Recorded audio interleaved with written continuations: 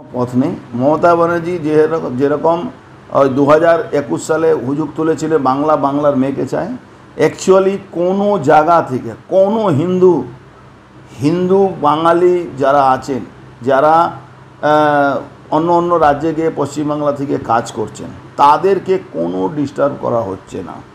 Inquiry সব জায়গায় চলছে। কেন বাংলাদেশ রোহিঙ্গা, মায়ানমার থেকে আসা রোহিঙ্গা বাংলাদেশে অনুপ্রবেশকারী যারা মুসলমান আছে তাদের জন্য এই তদন্তটা চলছে।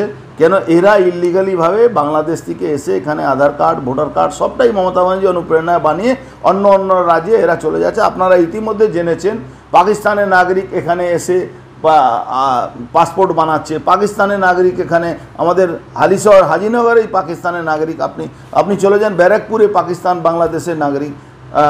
আপনি জানেন এতে নৈহাটি বিধানসভার মধ্যে পড়ে এই কাঁচরাপাড়া স্টেশনের জাস্ট পিছনে সূর্য কলোনি, একদম পুরোপুরি বাংলাদেশি রোহিঙ্গারা ওখানে বসবাস করছে।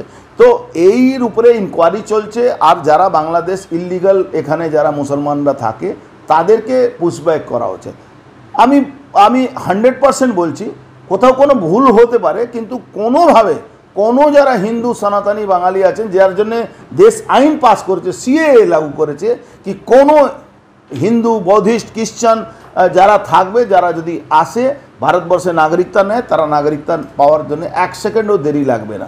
এটা সব করার পরেও আপনি নিশ্চিত থাকুন আমাদের দেশে এরকম কোনো সনাতনী হিন্দু যারা বাংলাদেশ, আফগানিস্তান, পাকিস্তান থেকে এসছে তাদেরকে তাড়ানো হবে না, তাদেরকে আমরা নাগরিকতা দেব। আর মমতা ব্যানার্জি এইসব আইপ্যাককে দিয়ে এইসব নাটক করাচ্ছে। আর একটা চ্যানেল আছে এসএসসি টিচারের মামলাটাকে একটু ধূলিসাৎ করার জন্য এইসব নটঙ্কি হচ্ছে। কিন্তু বাঙালি সনাতনী হিন্দু বুঝে গেছে, সনাতনী হিন্দুদের জন্য ভারতবর্ষ সবসময় সিএ কানুন এই জন্য লাগু করা হয়েছে, তাদের কোনো সমস্যা নেই। আর নিশ্চিতভাবে ইললিগাল মুসলমান যারা পাকিস্তান, বাংলাদেশ, অন্য দেশ থেকে এসছে তাদেরকে এখান থেকে যেতে হবে।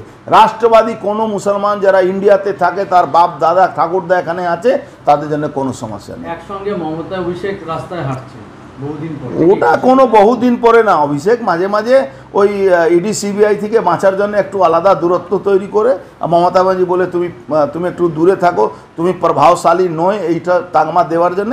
আর সব নাটক আছে, এটা কোনো ব্যাপার না।